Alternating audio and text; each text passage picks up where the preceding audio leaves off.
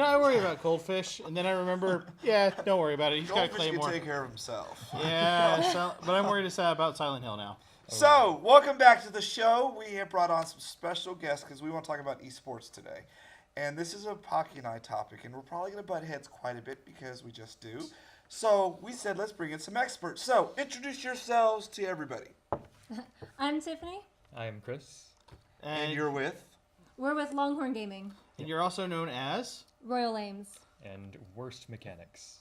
Do you not know how to fix things? Is that what they gave you? Like, my Xbox is broken. You're like, No. He wrecks your lanes. No, opposite. They wreck me. Oh, they wreck you. Worst. Oh, so you're one of those ones who just like runs around and pushes buttons like I do? Yeah, pretty Like yeah. Street Fighter, I can't play it. I'm much.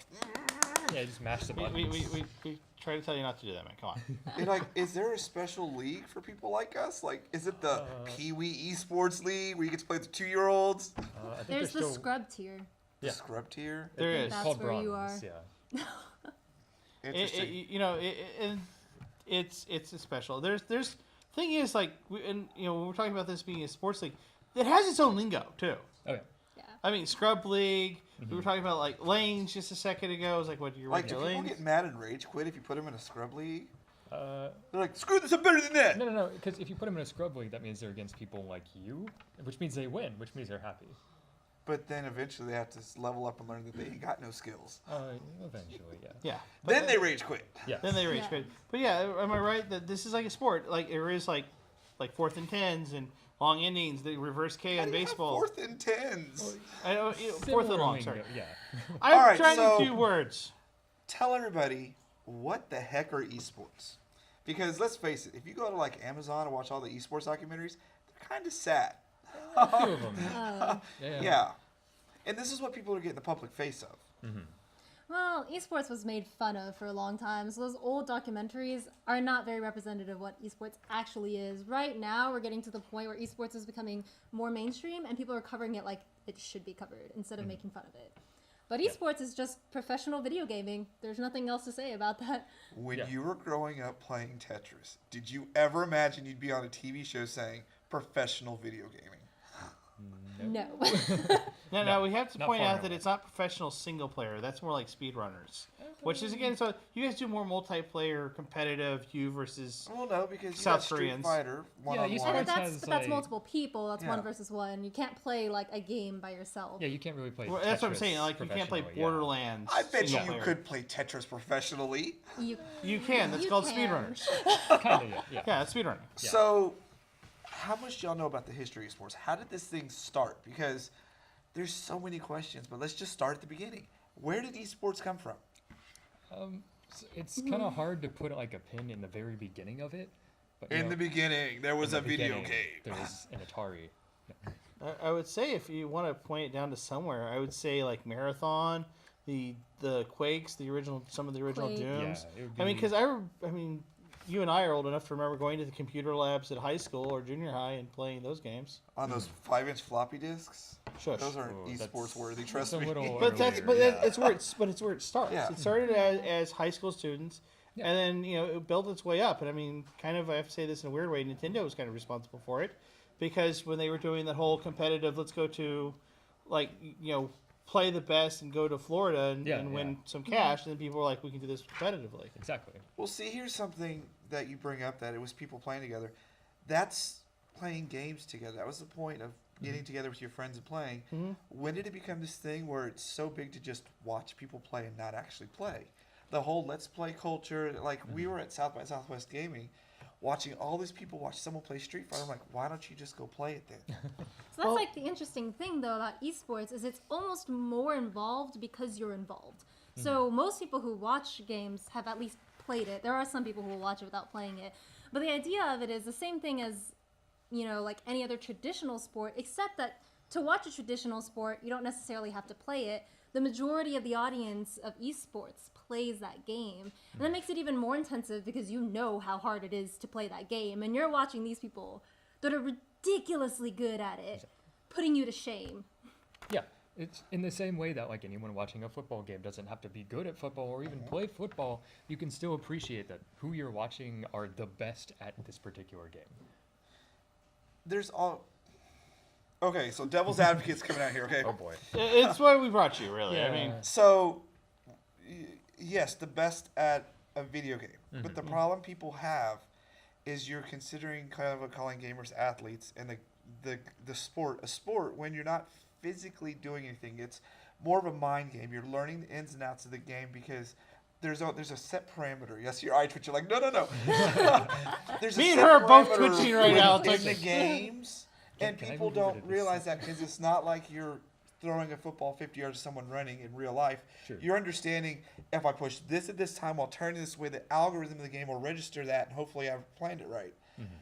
How do you handle that when people come at you like, I'm like, this is not a sport? How dare you? I was saying, Yeah. paper, rock, scissors, this one. Well, I mean, sports are just professional competitions. Just because they're, so they have a physical aspect. And contrary to popular belief, esports is actually fairly physical. The people who can play the games the best have the best response and mechanical time, while also being incredibly intelligent enough to understand the mechanics of complicated games. So it's like, it's both. You get the mental and you get the physical training of having to have that amount of response time.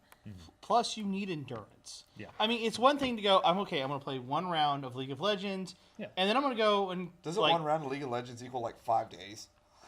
No, it's like 30 minutes. It's 30 minutes. Yeah. Yeah. You have 30 minutes of incredibly intense gameplay Yeah. where one wrong move will cost you the game. Yeah. At a professional level, one wrong move, teleporting just a handful of seconds early, 1 or 2 seconds early, will literally cost you an entire column of your entire row of your guys. You're dead.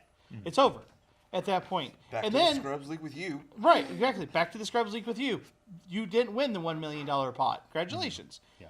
And then at that point, it's like that was game one. Uh-huh. Now 5 games. Do that 5 times in a row.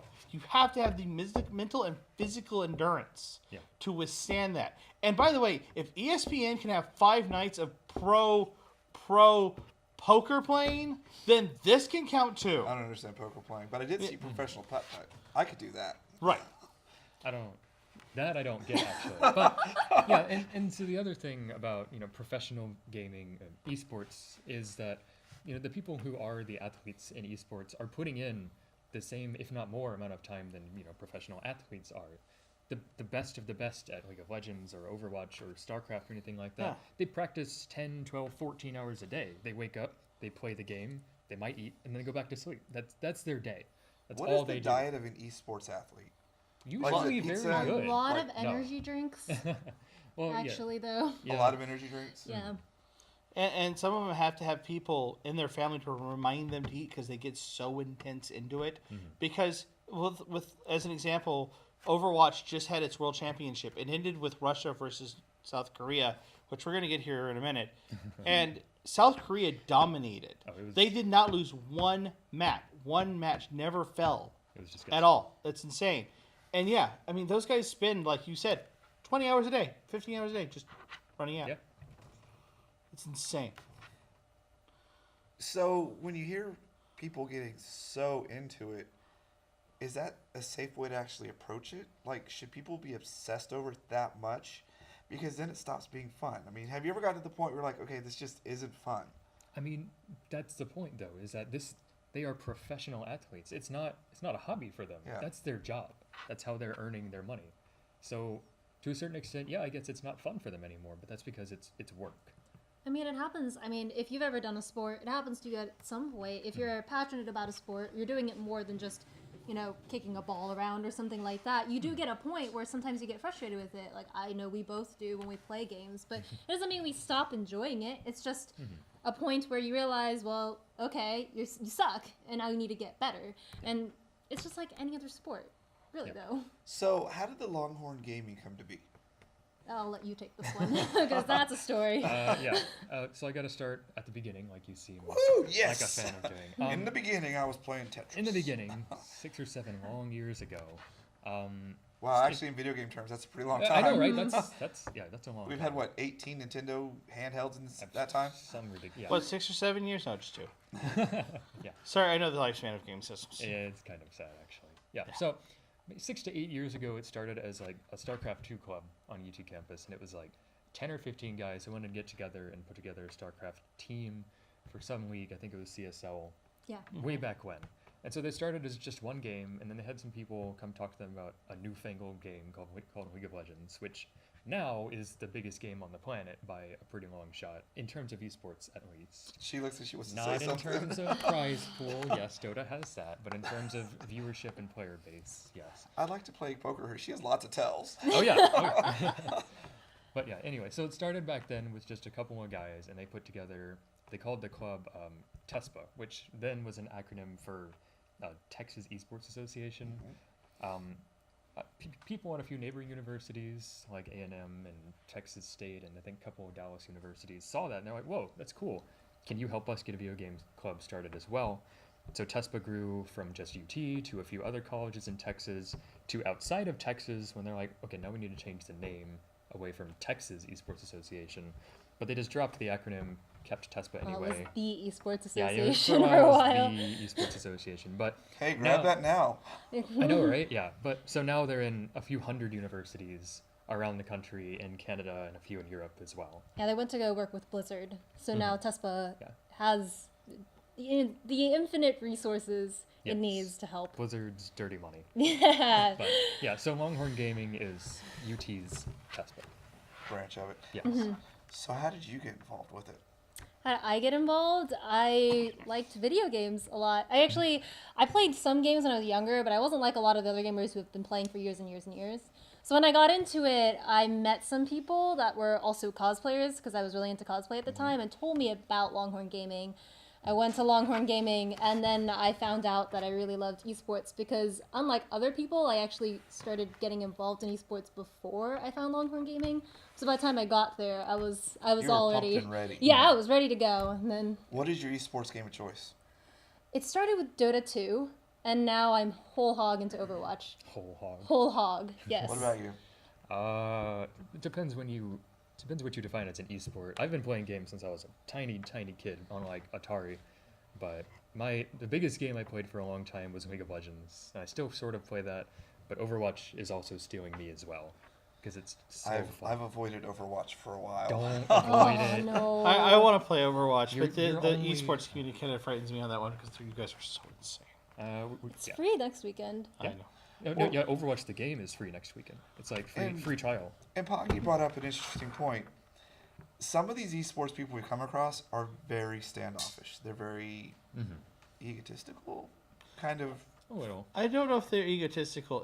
I think a We've lot come of it, across quite a few of them that are, though. we And are. it makes it kind of imposing to really approach and find out more about that.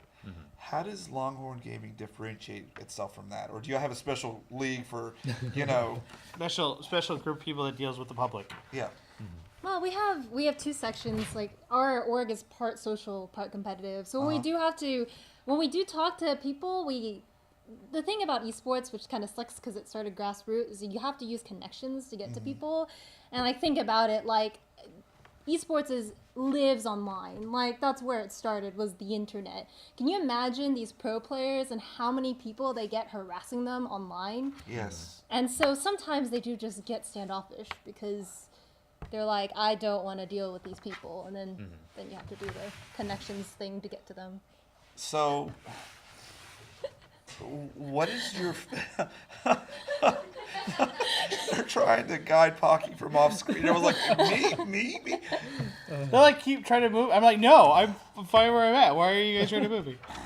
Everyone else should move. Yeah, exactly. Obviously. Right. How Well, has not it the game. been watching esports go from something small to something mainstream? Because we always find in the past we talk about things, it gets to that point where it hits mainstream and then it just kind of ruins it. And everyone's, come out of the woodwork, I'm this, but they're really not. How's it been watching it evolve? It's been interesting because when esports was very small, like I said earlier, it was very misrepresented. Like any coverage that anyone did on esports was a little insulting.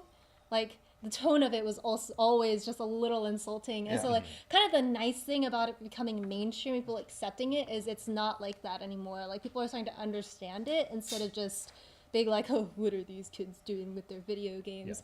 But like Go get a real job. Yep. Well, yeah. Yeah, it's been hard because, there are people that have committed years and years and years to get involved in esports.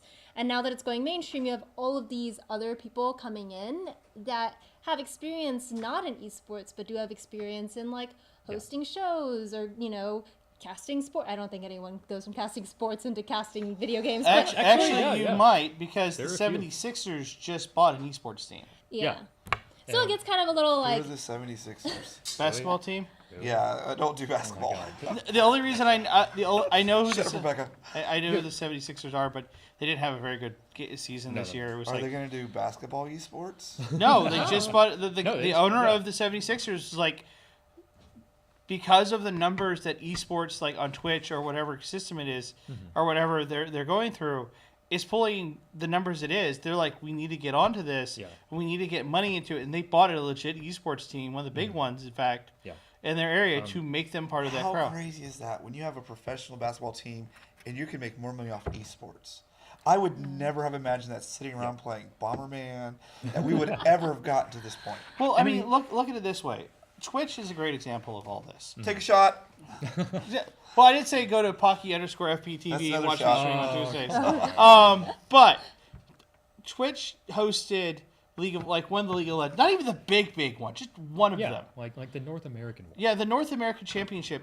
Its numbers was better by like so many times than the last Super Bowl. Okay, no, that was the World Championship. That But was the yes, World- it Oh, was, But that was the World Championship. Okay. its Nielsen ratings beat like every major sport finals in recent history, with the Right. exception of like a couple of Super Bowls. Right, and that just shows you like they know where the money's going now, because it's like you've got like everyone around the world can watch League of Legends or Dota or Overwatch and not have to go, okay, so what's the difference between the American rules or the Japanese rules or the Korean rules? No. It's all the same rules. Everyone can watch the same thing and enjoy it because they're watching at a level of gameplay that very few people can get to. Yeah, So I have a question for both of you. sure. okay. What is in the South Korean water, or what are they doing to make them that good? Because we So- keep talking about South Korea because it's this big, gloomy, evil menace to the Yeah. esports world. Because to show you, Gavin, to give you kind of an idea. I know what they're doing. trust me. No. There are rules in the esports league that South Korea can only play with South Korea. That's some hardcore dedication, though. You have to admit, that is the national pastime. Yeah, Right. You're being bred to be an esports hero down there. But kind They of are really. Yeah, they are. celebrities. Like in Yeah. South Korea, esports athletes are celebrities. Like Yeah. car ads and everything. Yeah, exactly. What's in the water over there is that it's actually just their culture. Like their esports athletes are what we think of like you think LeBron James getting like whatever sponsorship he has. You have esports players over there. You have like Faker and their Overwatch players and whoever else in their various games. You see their faces on like Nike ads and stuff and Gatorade instead of their sports players. I would rather see that than sports players. I mean, honestly, after talking to you guys, things start to make more sense in the esports world, and they're just fun. I mean, who wants to be stuffy for the rest of their life, you know? And, I mean, yeah, you're right. There are going to be esports people who have a giant ego, who are very not welcoming to talk to people. But I mean, there are lots of professional athletes, way Yeah, more same. professional Yeah. athletes who are that way. I mean, Marshawn Lynch yeah. doesn't even give interviews because he didn't want to. So we're almost out of time. Before we go, what has been your favorite esports moment of you that you've played? So I was a Dota fangirl, still am. I actually went to the international, which is like I know this one. world champ. Oh god, it was so good. But just the entire stadium cheering "moo" for one of their players whenever they did anything correctly was a surreal experience. Just sitting in there. So one of their players is named Moo, and every time he would make a really good play, the entire audience would just go "moo," and it sounds like booing, but they're all just sound mooing. like It was cows. it was hilarious and also great. And for you? Oh, my favorite esports moment. I should have been ready for this. Yeah, I like that their questions make people think. Gavin, we promised them that we wouldn't do that. I made no such promises. Okay. Probably watching, because I'm a shameless Cloud9 fanboy. That's one of the esports teams, and they're a North American team, so it's like kind of the home field because esports teams don't really do like cities or states like traditional sports do. But watching them like come out basically as an amateur team. They made it into the professional league and just absolutely wiped the floor with everybody in their first season there. Just like set all sorts of records and stuff like that. And I've been a shameless fanboy for them ever since, for like the last 3 years. And real fast, before we have to run off, where can they watch you guys if they want to watch? Us? Yes. Yeah. Or the whole crew itself. Like Longhorn Gaming, where can they find out more information about that? Well, Longhorn Gaming, we have all of the social media. You can find us on Facebook under Longhorn Gaming, on Twitter under Texas Tespa, because we don't know how to brand. And if you want to watch us, we're about to start streaming a lot and hosting a lot of our stuff on our Twitch, which would be UT Longhorn Gaming. Yeah. Take a shot, If you want to Twitch. watch our Overwatch team wreck everyone. We also have, we're working on a website as well, which is just longhorngaming.org. Oh, websites are always fun to try to put together. Trust me. Okay. Well, I used to change mine every 6 months. Now I've settled on a design. I'm good. Yeah, thankfully For we now. have everybody at UT behind us. We just like pick a couple of comp sci guys. We're like, yo, make us a website. And do you guys have personal sites, personal channels? I do. I have a lot of those. You can find me under Royal Ames on Twitch, Twitter, everywhere.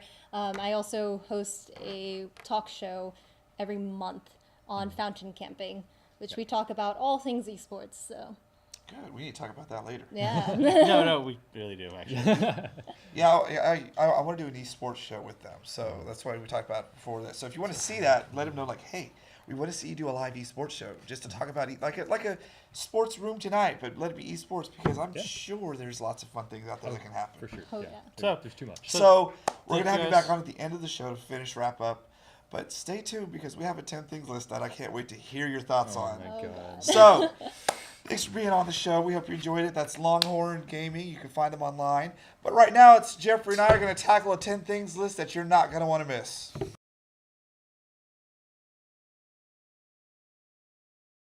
I think I like this talk of the apocalypse. This makes me amused. All right. Mostly, hold on. We're I almost out didn't. of time, so I we gotta know. wrap this up. Be quick. So my thing is I love people who tell me about the end of the world because I have literally heard about the end of the world since 1901 when I first read about the Carolina. You weren't alive in Well, 1901. wait a minute. Hold on. Vampire?